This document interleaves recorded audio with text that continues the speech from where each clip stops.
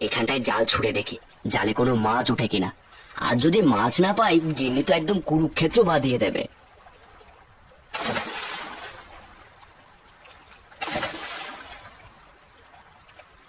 না, মাছ তো জালে উঠছে না।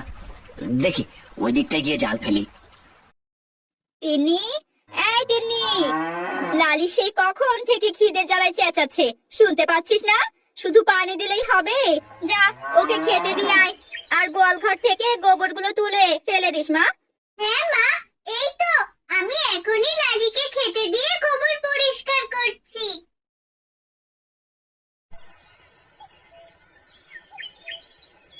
খা লালি, খা। তুই আমাদের কত উপকার করিস। তোর থেকে পাওয়া দুধ বিক্রি করেই আমরা চলতে পারি। তুই খুব ভালো লালি। দাঁড়া, আগে তোর গোয়াল ঘরটা পরিষ্কার করে দি। কত গোবর জড়ো হয়ে আছে।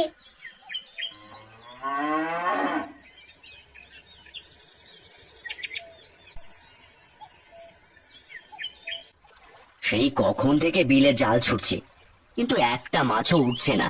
কি যে করি। এই শেষবার, এবার যদি মাছ না ওঠে তাহলে বাড়িতেই ফিরে যাব। হায় রে পোড়া কপাল, সেই তখন থেকে জাল ছুঁড়ে মারছি, আর সামান্য পুটিটা ছাড়া আর কিছুই উঠলো না। থাক, এই পুটিটা নিয়ে আমি কি করব? যা পুটি মাছ, তোকেও ছেড়ে দিলাম। আজ আর কি, খালি হাতেই বাড়ি ফিরতে হবে। কি যে হবে, থাকবে যা আছে কপালে।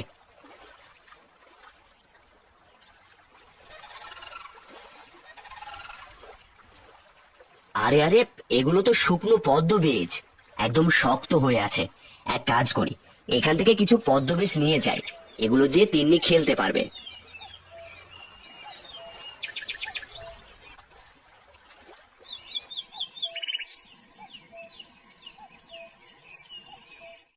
কি হলো? খালি জাল কাঁধে নিয়ে ফিরেছো নিশ্চয়ই। এই তো মাকে দিয়ে না কিচ্ছু হবে না। কি আর করবো বলো গিন্নি, সেই তখন থেকে কতবার জাল ছুঁড়েছি, একটা মাছও ধরা পড়েনি। যাও শেষে একটা পুঁটি মাছ ধরলো, তাও আমি ছেড়ে দিয়েছি। বাহ, বেশ ভালো কাজ করেছো। এখন কি খাবে শুনি? আমাকে আর কিছু জোগাড় করতে বলো না যেন। আহা, রাগ করো না গিন্নি, আমি দেখছি কি করা যায়। আচ্ছা শোনো, ফেরার পথে বিলে হঠাৎ করে চোখে পড়লো পদ্মর বীজগুলো শুকিয়ে আছে, তাই কটা মেয়ের জন্য নিয়ে এলাম। এই নাও, এগুলো তুমি তিন্নিকে দিয়ে দাও, ও খেলবে। আর কিছু পাওনি, নিয়ে এসেছো পদ্মর বীজ। বলিহারি তোমার কাণ্ড জ্ঞান। ধুর, আর ভালো লাগে না। এই যা, মা তো বীজগুলো ফেলে দিল বাবা। মাছ তোমার উপর খুব রেগে আছে। হ্যাঁ রে মা, তাই তো দেখছি। আচ্ছা, আমি এক কাজ করি, দুধ বিক্রি করে যা টাকা পেয়েছিলাম তা দিয়ে না হয় কিছু বাজার করে নিয়ে আসি। হ্যাঁ বাবা, তুমি বরং তাই করো। না হলে যে আজ তোমার রক্ষে নেই। তোমার জন্য শেষে আমাকেও না খেয়ে থাকতে হবে। যাও যাও বাবা, তাড়াতাড়ি যাও।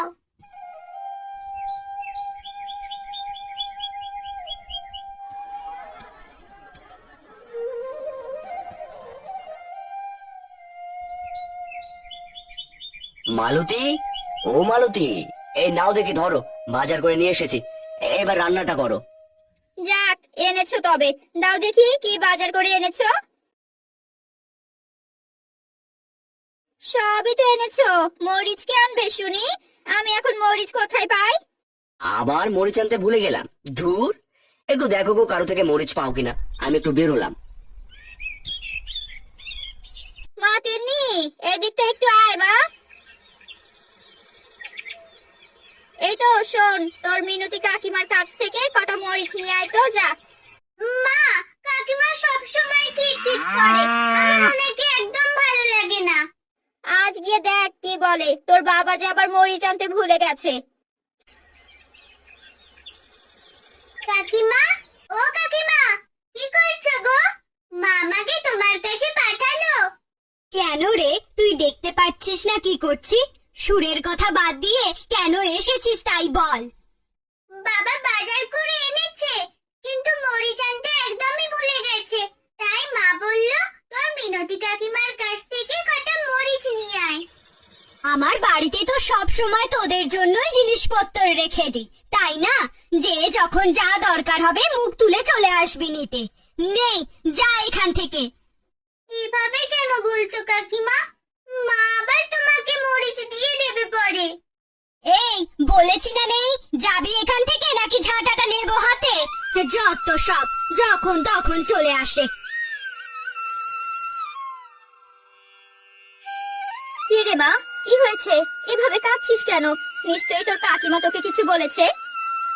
আমি তোমাকে বলেছিলাম মা, কাকিমা সব সময় এমন করে। উনি খুব খিটখিটে স্বভাবের মা। থাক মা, মন খারাপ করিস না। আমারই ভুল হয়েছে তোকে ওখানে পাঠানো। কাঁদিস না মা।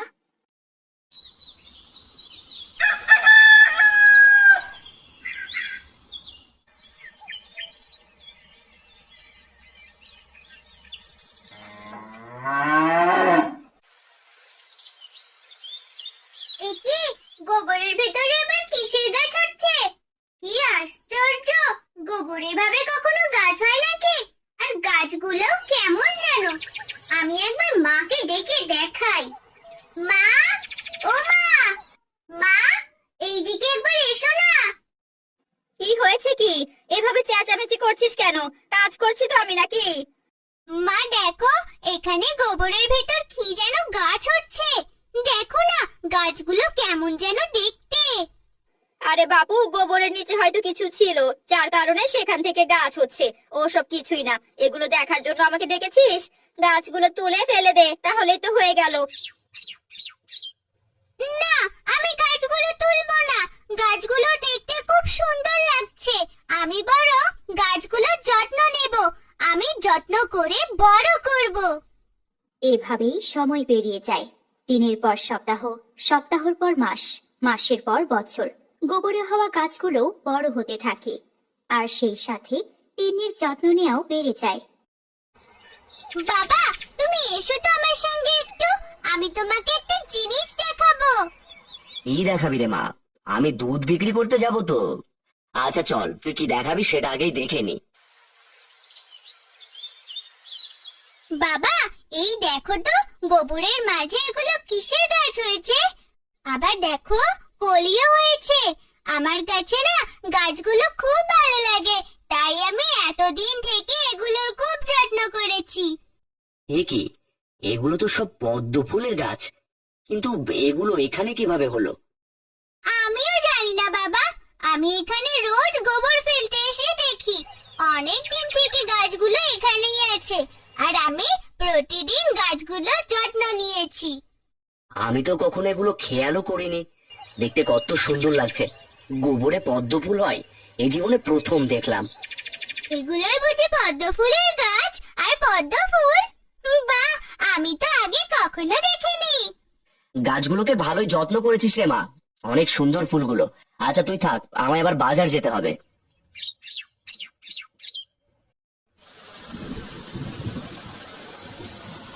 এ কি, এই অসময়ে এভাবে বৃষ্টি নামলো কেন আবার? এই বৃষ্টি আজ থামবে বলে তো মনেও হচ্ছে না। আজ দেখলে না, সকাল থেকে আকাশটা কেমন মেঘলা মেঘলা ছিল। আমি সকালে আজ করেছিলাম হয়তো আজকে বৃষ্টি হবে। লালিকে ঠিক করে গোয়ালে উঠিয়েছিলে তো? আর ওকে খাবার দিয়েছিলে? হ্যাঁ হ্যাঁ, সে নিয়ে তোমাকে চিন্তা করতে হবে না। লালিকে আমি আগে ভাগে গোয়ালে তুলে রেখেছি। যাক, ভালো করেছো। চলো এখন খেয়ে দিয়ে ঘুমিয়ে পড়বে। মা, তিন্নি, আয় তো দেখি মা, খেয়ে নিবি। আচ্ছা মালতী, আমার মাথায় না একটা বুদ্ধি এসেছে। আমরা যেখানে গোবরগুলো ফেলি সেখানে তো ভালোই সার হয়েছে, তাই না? হ্যাঁ, তা তো হয়েছে। সেগুলো কি আর ওখানে কম দিন থেকে ফেলা হয়? এতদিনে তো বেশ ভালোই সার হয়েছে সেখানে। আমি ভাবছি জায়গাটা পরিষ্কার করে সেখানে কিছু সবজি চাষ করব। আমার মনে হয় ওখানে সবজি ভালোই হবে। হ্যাঁ, কথাটা তুমি মন্দ বলনি অবশ্য।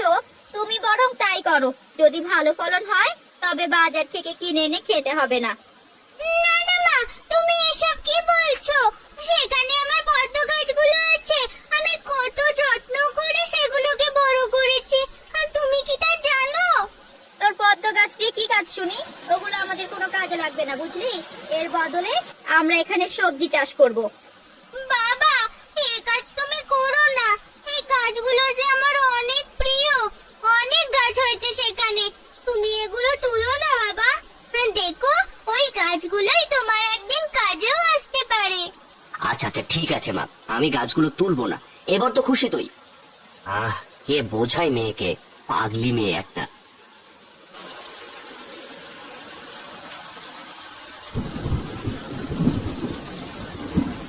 এ কি, এই বৃষ্টি তো কয়েকদিন থেকে থামছেই না, আশেপাশে তো পানিও উঠে গেল। না জানি আমার ওই পদ্ম গাছগুলোর কি অবস্থা হয়েছে। ও বাবা, একবার গিয়ে আমার পদ্ম গাছগুলো দেখে এসো না। শুনেছ মেয়ের কথা, এই ভারী বর্ষায় সে নাকি পদ্ম দেখতে যাবে। ওখানে যাওয়া যাবে না, এই বৃষ্টি থেকেও কোথাও বের হয় দেখেছিস? এত বৃষ্টি হচ্ছে যে আরেকটু হলে ঘরে পানি উঠে যাবে।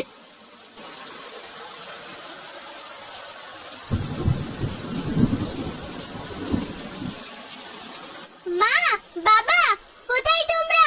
তাড়াতাড়ি বেরিয়ে এসো, তাড়াতাড়ি দেখে যাও কি কাণ্ড হয়েছে।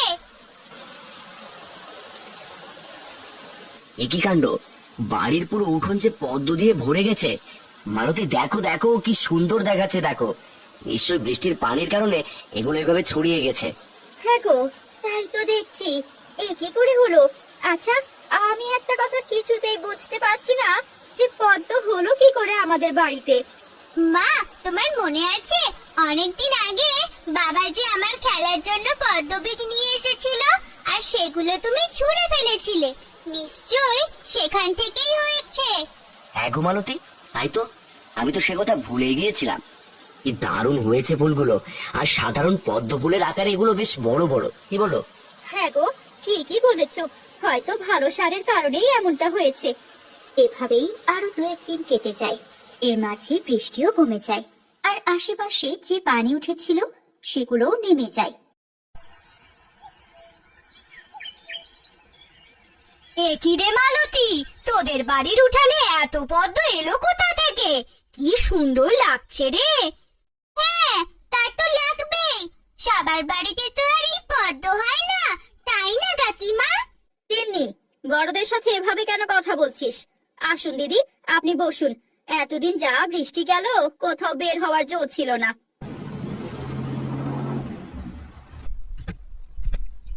আরে বাহ, এই বাড়ির উঠানে এত বড় বড় পদ্ম ফুল, কিন্তু এই কি করে সম্ভব? কি দারুণ দেখাচ্ছে। আমি বরং এই বাড়ির মালিকের সঙ্গে গিয়ে একবার কথা বলি। আচ্ছা, এটা কি আপনাদের বাড়ি? আসলে আমি ফুলের ব্যবসা করি তো শহরে, এই পথ দিয়ে যাচ্ছিলাম, তো হঠাৎ করে আপনাদের বাড়ির উঠোনে আমার চোখ পড়লো। এত বড় বড় পদ্ম ফুল দেখে আমার চোখগুলো এখানেই আটকে গেল, আর আমাকে গাড়ি থেকে নামতেই হলো। তো ভাবলাম আপনাদের সঙ্গে একবার কথা বলে যাই। জি সাহেব, আমি হারান, এই বাড়ি আমাদেরই। বসুন আপনি। মালতী, যাও সাহেবের জন্য জল নিয়ে এসো। আরে না না, আপনারা ব্যস্ত হবেন না। আসলে আপনাদের উঠোনের এই পদ্ম চাষ দেখে আমি বড্ড অবাক হলাম। আমি এমনটা আগে কখনো দেখিনি।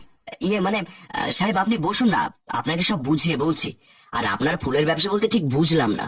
আসলে আমার শহরে ফুলের ব্যবসা বলতে বিভিন্ন অনুষ্ঠান কিংবা বিয়ে বাড়িতে যে ফুলগুলো ব্যবহার হয় সেগুলো বিক্রি করি।